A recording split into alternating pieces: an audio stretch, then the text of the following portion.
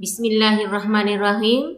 Assalamualaikum warahmatullahi wabarakatuh. Salam sehat selalu dari jauh, anak-anakku sekalian di rumah. Semoga keluarga kalian oleh Allah Subhanahu wa Ta'ala diberi kesehatan yang selalu prima. Begitu juga dengan teman-teman dan seluruh siswa-siswi kelas 11 MIA. Bagaimana? Sudah siap menerima materi pada kali ini?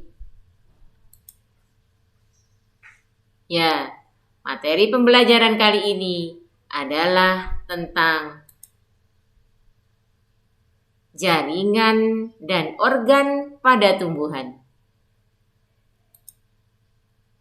Tapi sebelum kita menginjak pada materi yang sebenarnya, mari kita lihat dulu kompetensi inti yang akan kita capai dan kompetensi dasar yang akan kita capai juga.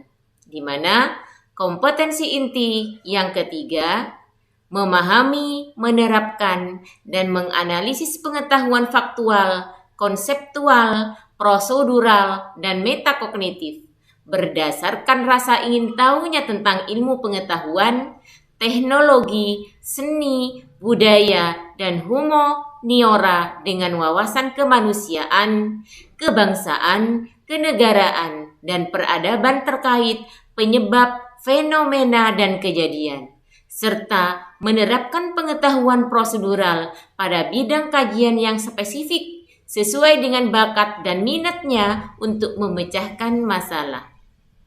Kompetensi dasarnya adalah kompetensi dasar 3.3, menerapkan konsep tentang keterkaitan hubungan antara struktur sel pada jaringan tumbuhan dengan fungsi organ pada tumbuhan berdasarkan hasil pengamatan. Itu kompetensi inti dan kompetensi dasar yang akan kita bahas pada kali ini. Oleh karena itu, pada akhir pembelajaran kita nanti, kalian akan dituntut untuk mencapai sebuah indikator.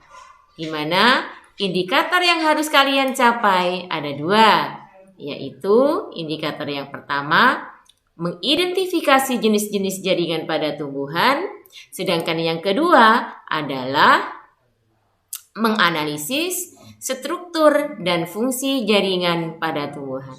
Bagaimana anak-anakku sekalian? Sudah siap? Oke, pelan-pelan ya. Pelan-pelan. Oke, mari kita masuk pada materi yang akan kita bahas bersama pada kali ini. Sebelum kita menginjak pada materi, Ibu membuat sebuah peta konsep untuk lebih memudahkan kalian memahami alur pemikiran, alur pengetahuan yang akan kalian ikuti nanti pada pembahasan materi. Peta konsepnya seperti ini, di mana nanti dari materi jaringan dan organ tumbuhan kita bagi dua bagian. Materi jaringan meliputi jaringan meristem dan jaringan permanen, di mana jaringan meristem nanti ada dua. Ada yang dibedakan berdasarkan letaknya, ada 3 macam. Jaringan meristem yang dibedakan berdasarkan asal-usulnya ada 2 macam.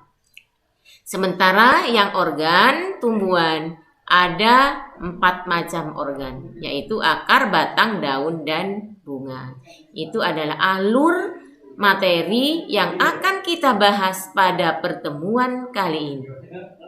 Oke, sampailah kita pada pertemuan yang pertama, yaitu jaringan.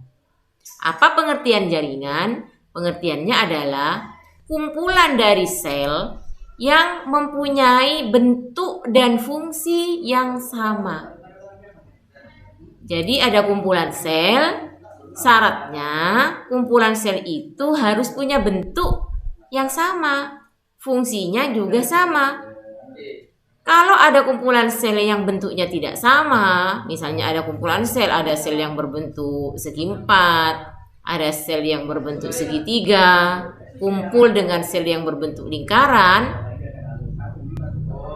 ada dalam satu kumpulan, itu bukan jaringan. Karena tidak sesuai dengan syarat di sini. Syaratnya apa? Ya, jadi kalau misalnya selnya itu bulat semua, ya bulat semua. Kalau selnya itu segi empat semua, ya segi empat semua, begitu. Sehingga apabila kumpulan sel itu bergabung jadi satu, bentuknya sama, otomatis nanti fungsinya akan sama.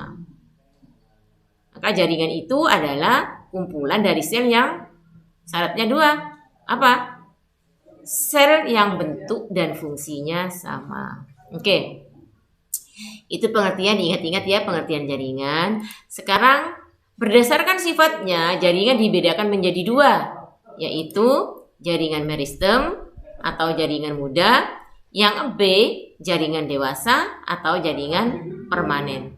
Apa itu jaringan meristem atau apa itu jaringan dewasa? Mari kita lanjut materi kita pada pertemuan kali ini. Yang pertama yaitu jaringan meristem atau jaringan muda. Kita ingat tadi pertama, apa pengertian jaringan? Kumpulan dari sel-sel yang mempunyai bentuk dan fungsi yang sama.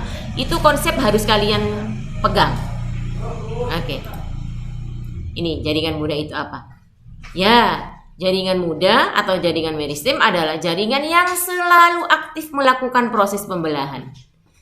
Jadi sepanjang umur, sepanjang hidupnya, kumpulan sel ini hanya punya tugas membelah terus. Nah, yang selalu membelah itu biasanya jaringan muda. Makanya dikatakan nama lainnya jaringan muda. Akibat dari pembelahan-pembelahan yang dilakukan oleh sel itu, maka sel di dalam tubuh kita itu, di dalam tubuhnya tumbuhan itu semakin banyak. Selnya semakin banyak, otomatis kalau selnya semakin banyak, maka ukuran tumbuhan itu akan semakin tinggi kalau meninggi, besar kalau membesar. Makanya efek dari jaringan meristem ini, tumbuhan nanti akan semakin besar, semakin panjang, dan semakin tinggi.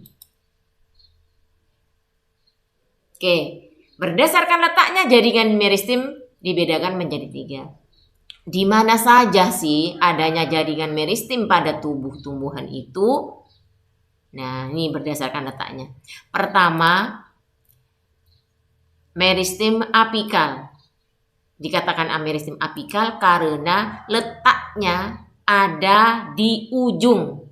Baik terdapat di ujung utama, pucuk utama pada batang bagian atas, ataupun di ujung akar pada bagian bawah, atau pucuk lateral pada cabang. Jadi, di mana yang pertama jaringan yang selalu membelah itu ada di mana? Ada di bagian ujung-ujung, ujung atas bagian batang, ujung akar bagian bawah. Itu meristem apikal. Yang kedua meristem interkalar. Ada di mana? Ada di antara jaringan dewasa. Jadi ini khusus pada tumbuhan yang famili rumput-rumputan. Contoh, ya rumput itu sendiri, tebu yang beruas-ruas, bambu yang beruas-ruas. Jadi di antara ruas-ruasnya tebu, di antara ruas-ruasnya bambu, itu ada jaringan muda di situ. Jaringan yang selalu membelah sehingga menyebabkan semakin memanjang batangnya tebu itu.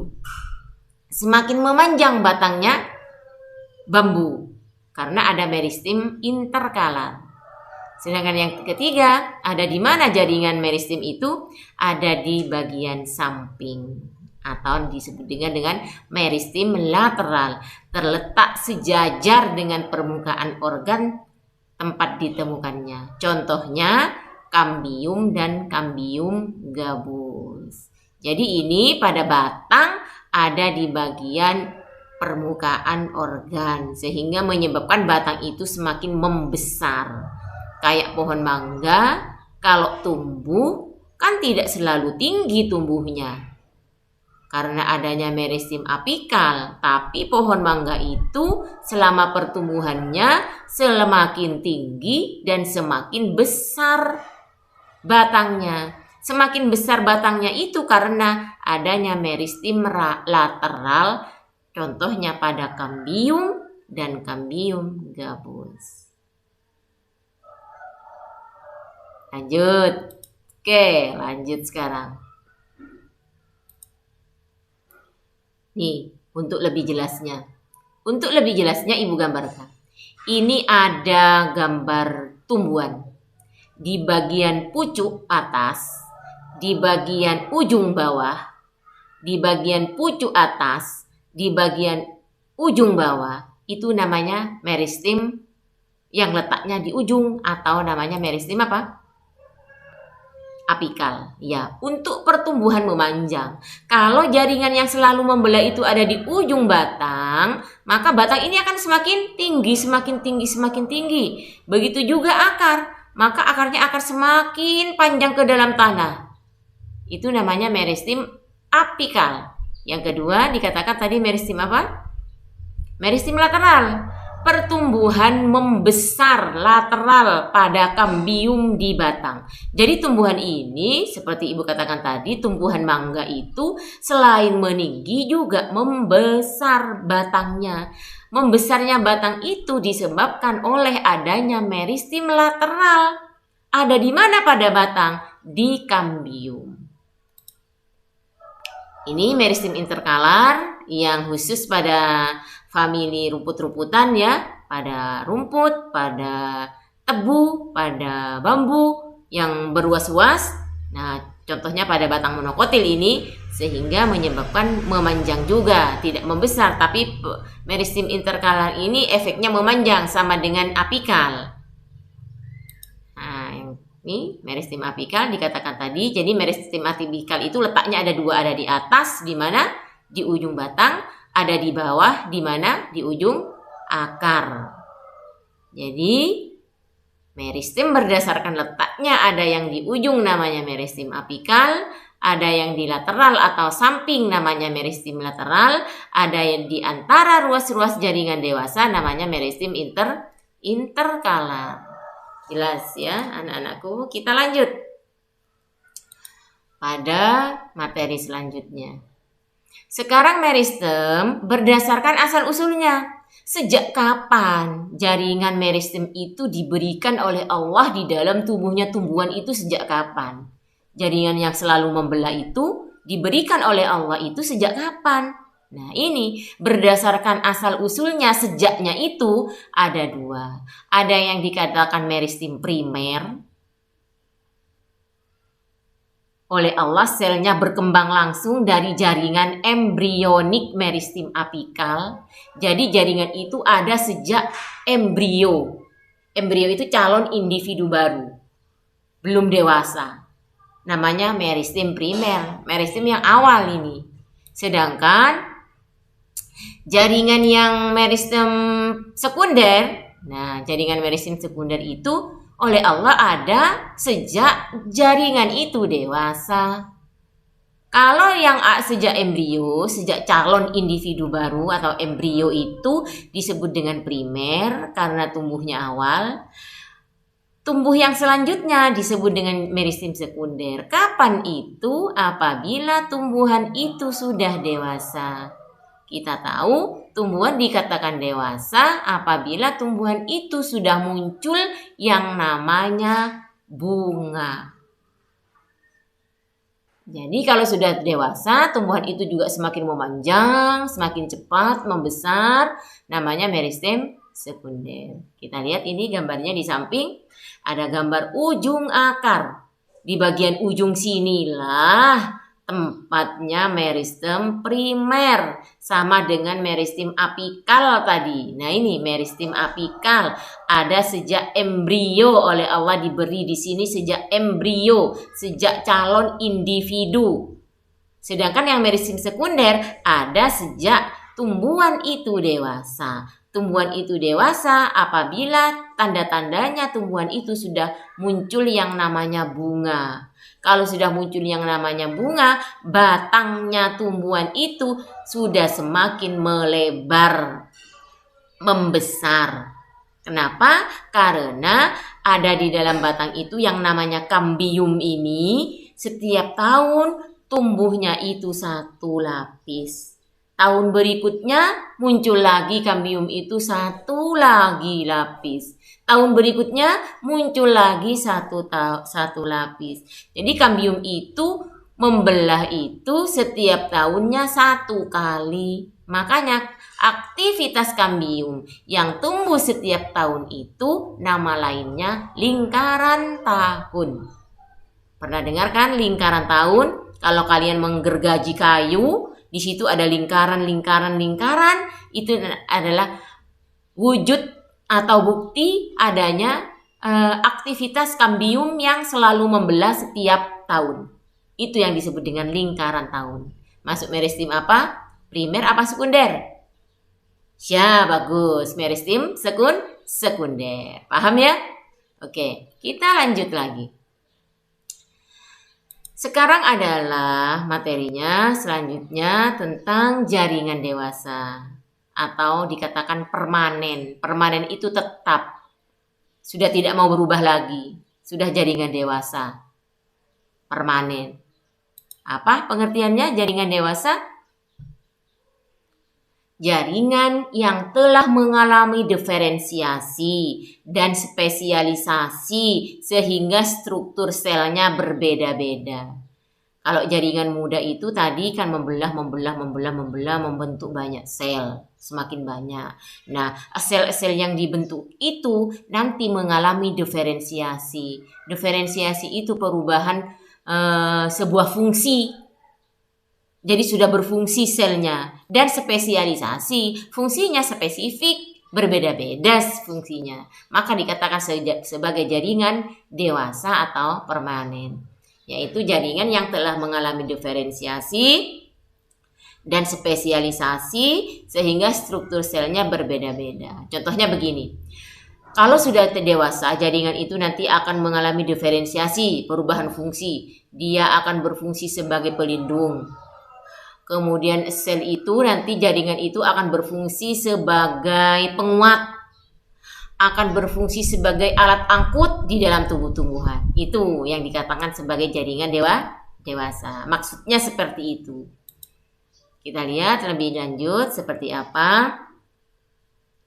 Berdasarkan fungsinya, ada 4 macam jaringan dewasa. Karena sudah berubah fungsi kan tadi. Oke, ada yang berfungsi nomor 1 sebagai jaringan pelindung. Jadi setelah selnya membelah banyak, setelah dewasa, dia akan berfungsi sebagai jaringan pelindung. Namanya jaringan epidermis. Kita lihat lagi berfungsi sebagai apa? Berfungsi sebagai jaringan dasar atau parenkim, ada yang berfungsi sebagai jaringan penguat, ada yang berfungsi sebagai jaringan pengangkut. Jadi setelah sel-selnya itu dewasa semua, kumpulan sel itu atau jaringan itu akan berubah fungsi, akan mengalami diferensiasi, fungsinya akan khusus dan spesialisasi. Nah, apa itu? Sebagai jaringan pelindung, ada yang berfungsi sebagai jaringan dasar, ada yang berfungsi sebagai jaringan penguat, dan ada yang berfungsi sebagai jaringan pengangkut. Lanjut, pelan-pelan kita lanjutkan lagi.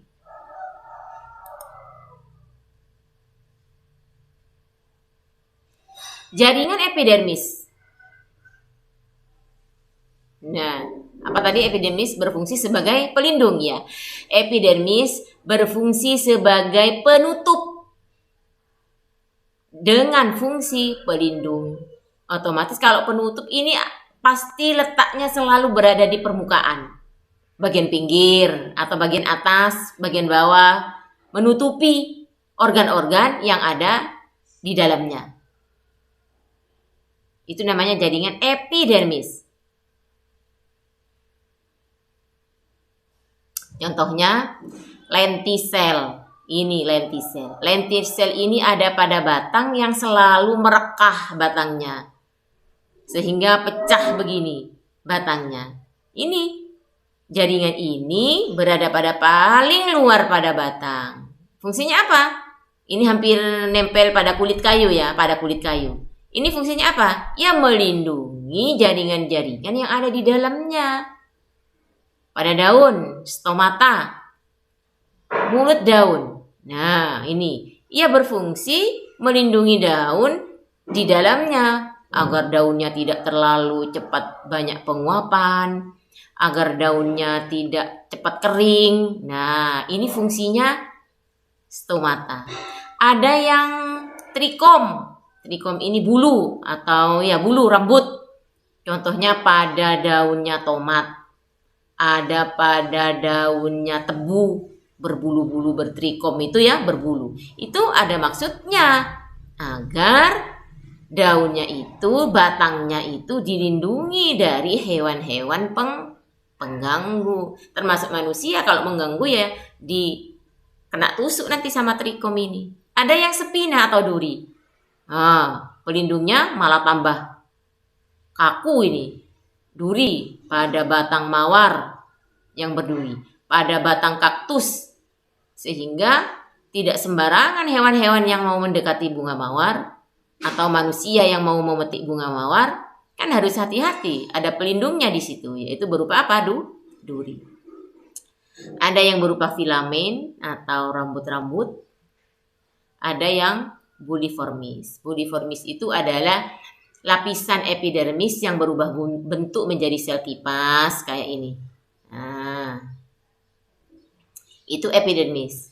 Jaringan dewasa yang pertama sebagai pelindung disebut dengan jaringan epidermis. Selanjutnya, jaringan dewasa yang kedua yaitu apa? Parenkim. Parenkim itu bahasa Indonesianya jaringan dasar. Jaringan dasar. Kita lihat nomor 1. Merupakan perkembangan dari meristem dasar. Jadi dia sebagai jaringan dasar. Dasar untuk menjadi jaringan lain. Yang kedua, lihat. Mengalami diferensiasi. Berubah fungsi menjadi beberapa jaringan. Kolenkim dan sklerenkim. Jadi parenkim ini bisa berubah bentuk menjadi kolenkim. Bisa berubah fungsi juga menjadi sklerenkim. Apa itu kolenkim? Apa itu sklerenkim? Kolenkim itu adalah jaringan penguat. Sklerenkim juga jaringan penguat. Tapi beda antara keduanya. Kolenkim penguat yang seperti apa? Sklerenkim penguat yang seperti apa? Kita lanjut nanti. Yang ketiga, dapat menjadi meristematik. Meristematik itu apa tadi jaringan meristem? Selalu membelah untuk membentuk meristem sekunder atau kambium. Jadi kambium itu berasal dari jaringan apa? Parenkim yang berubah fungsi membelah. Oke, jadi parenkim itu dikatakan jaringan dasar. Contohnya adalah pada batang namanya korteks. Ini kan ada banyak sel. Korteks ini sel pada batang namanya jaringan dasar. Nah, sel-sel ini, kumpulan-kumpulan sel kecil-kecil ini, nah ini nanti akan berubah fungsi nih. Ada yang berfungsi sebagai alat angkut, ada yang berfungsi sebagai alat penguat, ada yang berfungsi sebagai alat apa? Membelah meristem. Itu pada batang. Kemudian pada daun. Pada daun. Nah, ini sel-sel pada daun ini, nah nanti akan mengalami diferensiasi, perubahan fungsi menjadi jaringan pagar dan jaringan bunga karang. Itu pada daun, namanya parenkim, jaringan dasar, pembentuk dasar. Pada akar hampir sama ya. Pada akar akan membentuk jaringan angkut, bisa membentuk jaringan penguat juga bisa. Itu namanya jaringan parenkim. Masih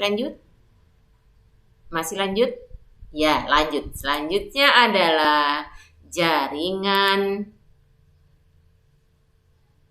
penguat. Ibu tanya, kolenkim dan sklerenkim atau jaringan penguat tadi berasal dari mana? Berasal dari jaringan apa? Good, bagus. Berasal dari jaringan dasar. Jadi kolenkim dan sklerenkim ini berubah fungsi dari jaringan dasar menjadi jaringan kolenkim penguat dan sklerenkim juga penguat. Nah, sekarang apa bedanya penguat kolenkim dan jaringan penguat yang bernama sklerenkim? Kita lihat di depan. Kalau jaringan kolenkim, sel-selnya masih besar-besar. Kalau jaringan sklerenkim, sel-selnya masih kecil-kecil. Penyebabnya apa? Ya, ini penyebabnya. Kenapa selnya besar? Karena jaringan ini mengalami penebalan pada sudut-sudutnya saja. Yang menumpuk, yang menebal itu apa nama zatnya? Selulosa. Jadi mengalami penumpukan selulosa di sel ini hanya pada sudut-sudutnya saja. Sedangkan sklerenkim mengalami penumpukan lignin. Lignin itu zat kayu bahasa Indonesianya, tapi secara keseluruhan melingkar ke seluruh permukaan sel sehingga selnya menjadi kecil ruangannya karena menumpuknya lignin, zat kayu yang ada di dalam tubuh tumbuhan. Jadi itu ya penyebabnya ya. Nah, ada di mana kolenkim itu? Batangnya bayam. Bayam meskipun batangnya itu tidak sekokoh batangnya pohon asam, tapi kan tetap berdiri kokoh. Bisa dimakan batangnya bayam. Karena batangnya bayam itu penebalannya berasal dari apa? Selulosa. Sedangkan batangnya asam, kokoh juga, berdiri juga, tapi dia mengalami penebalan yang bernama zat kayu, lignin. Siapa yang mau makan zat kayu? Ada yang berani makan batangnya pohon asam? Kan tidak bisa. Tapi kalau batangnya pohon bayam, banyak yang mau. Karena penguat dari batangnya bayam itu bernama kolenkim. Sementara penguat dari batangnya pohon asam itu namanya sklerenkim. Lanjut. Paham ya? Oke, lanjut. Ikatan pembuluh. Jadi jaringan dewasa yang ketiga adalah berfungsi sebagai jaringan angkut atau pembuluh angkut namanya. Nama lainnya ikatan pembuluh angkut. Kita tahu dari SD, dari SMP ada alat yang mengangkut air dari tanah ke daun. Apa namanya? Silem. Ya, silem. Ada alat yang mengangkut hasil fotosintesis dari daun ke seluruh tubuh tumbuhan. Namanya good, phloem. Bagus, phloem. Jadi, silem dan phloem ini adalah jaringan yang sudah berubah fungsi menjadi alat angkut. Kalau yang mengangkut air dari dalam tanah ke daun namanya pembuluh angkut silem, jaringan dewasa. Kalau yang mengangkut hasil fotosintesis dari daun ke seluruh tubuh tumbuhan itu namanya phloem. Oke, paham? Jadi jaringan dewasa yang ketiga itu dikatakan jaringan dewasa karena sudah punya fungsi khusus, spesialisasi katanya tadi. Sudah mengalami diferensiasi, berubah fungsi, dan spesialisasi, berfungsi khusus sebagai alat angkut. Ada alat angkut yang arahnya ke atas namanya silem, ada alat angkut yang arahnya ke bawah namanya phloem. Lanjut, ini ada gambarnya batang. Materinya selanjutnya adalah organ. Organ itu anggota. Anggota tubuh tumbuhan itu apa saja? Kalau anggota tubuhnya manusia, tangan, mata, telinga, kan begitu. Tapi kalau organnya tubuh tumbuhan itu adalah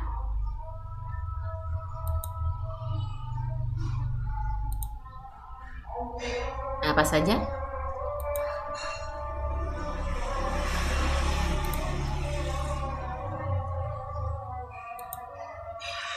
Ya, yang ketiga. Yang keempat. Ya. Jadi organnya tumbuhan itu ada 4. Dari bawah, akar, batang, daun, bunga, buah, dan biji jadi satu. Karena bunga, buah, dan biji ini juga bisa sebagai alat untuk berkembang biak atau reproduksi. Jadi anggota atau organ tubuhnya tumbuhan itu ada 4: akar, batang, daun, dan bunga. Boleh jadi satu dengan buah, jadi satu dengan biji karena berfungsi sebagai alat reproduksi. Satu-satu kita bahas. Kita lihat organ yang pertama adalah daun. Ini ada gambarnya daun, coba lihat. Nah, ini ada gambarnya daun. Diambil sedikit daunnya, diiris, ada gambarnya panah. Artinya daun ini diperbesar di mikroskop. Daun ini lapisannya diperbesar di mikroskop. Ternyata daun itu dilindungi oleh epidermis atas dan dilindungi oleh epidermis bawah. Jadi pelindungnya daun itu ada 2. Ada yang melindungi dari atas, ada yang dilindungi dari bawah. Yang bawah namanya epidermis atas, sedangkan yang yang atas namanya epidermis atas, sedangkan yang bawah namanya epidermis bawah sebagai pelindung. Apa yang dilindungi? Ya yang isinya ini, sel-sel, jaringan-jaringan yang ada di dalamnya antara epidermis atas sama epidermis bawah. Apa itu? Nih, jaringan angkut. Ini jaringan angkut, ada xilem, ada floem. Ini jaringan pagar yang bentuknya berbaris kayak pagar, namanya jaringan pagar atau jaringan tiang. Dan ada yang kayak bunga-bunga ini, jaringan spon atau bunga karang. Itu organ pada daun seperti itu di dalamnya daun itu. Makanya di daun itu kan ada permukaan atas yang licin, ada permukaan bawah yang kurang licin. Paham ya daunnya? Jadi itu organ daun. Dilindungi oleh 2 pelindung atas, epidermis atas, dilindungi oleh bagian bawah, epidermis bawah. Apa yang dilindungi adalah yang ada di antara epidermis atas dan epidermis bawah. Apa itu?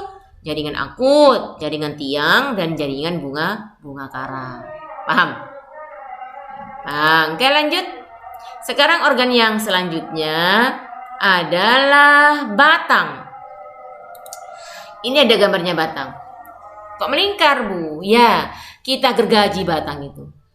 Ini yang sebelah kiri batang dikotil, sementara yang sebelah kanan batang monokotil. Kita gergaji yang dikotil, kita potong melintang. Ternyata batangnya monokotil ini contohnya apa ya? Monokotil itu contohnya jagung. Sedangkan yang dikotil contohnya pohon mangga.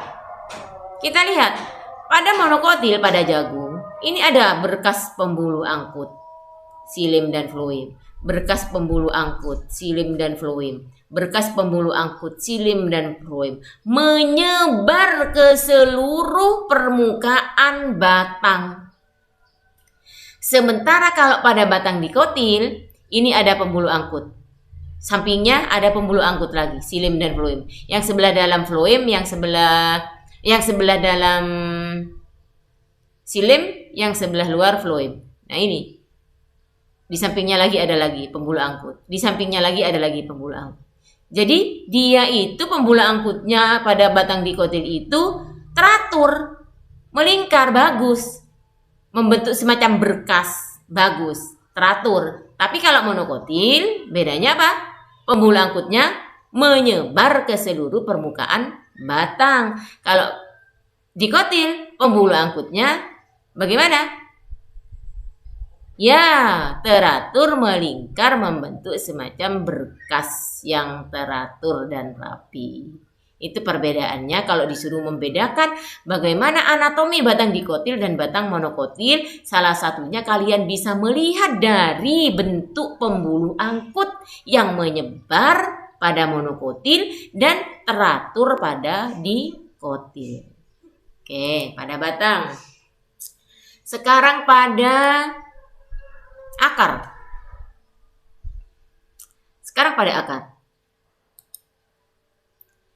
Akar sama batang hampir sama, permukaannya membulat. Iya kan? Ini akar dikotil, dipotong, melintang, membulat. Ini akar monokotil. Ya, monokotil. Kita lihat. pembuluh angkut pada akar monokotil hampir sama dengan batang tadi. Membentuk teratur, membentuk semacam berkas. Ini yang bulat besar silem, diantaranya phloem. Ada silem, phloem lagi. Ada silem, phloem lagi. Selang-seling. Silem, phloem. Silem, phloem. Silem, phloem. Membentuk semacam berkas teratur. Tetapi kalau monokotil, silemnya di tengah. Sementara phloemnya di sebelah luar. Nah, ini bedanya antara akar dikotil dan akar monokotil.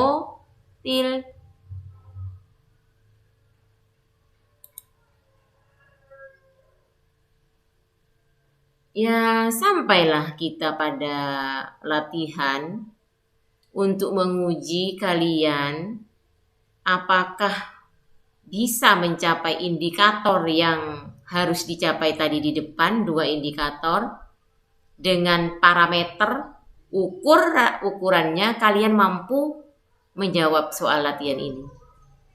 Coba. Soal yang pertama, apa yang dimaksud dengan jaringan meristem? Soal yang kedua, jelaskan macam jaringan meristem berdasarkan tempatnya. Soal yang ketiga, ada berapa jaringan permanen? Soal yang keempat, mengapa dikatakan sebagai jaringan dasar? Jelas tadi ya. Dan yang kelima, ada gambar di samping ini. Ada gambar di samping. Kemudian kamu suruh tunjukkan macam organ yang ada pada tumbuhan. Disuruh menunjukkan organ-organ yang ada pada tumbuhan. Apabila kalian mampu menjawab 5 ini, berarti kalian sudah mampu mencapai indikator 2 yang ada di depan tadi. Demikian dari Ibu, semoga ini bermanfaat bagi kalian, bisa memperjelas apa yang tidak kalian pahami saat membaca buku di rumah, karena memang pembelajaran langsunglah yang kita rindukan bersama. Semoga sekelumit materi ini bisa memperjelas pola pikir kalian, sehingga materi yang ada pada kelas 11 ini, terutama tentang jaringan tumbuhan, bisa kalian pahami dengan sebenar-benarnya.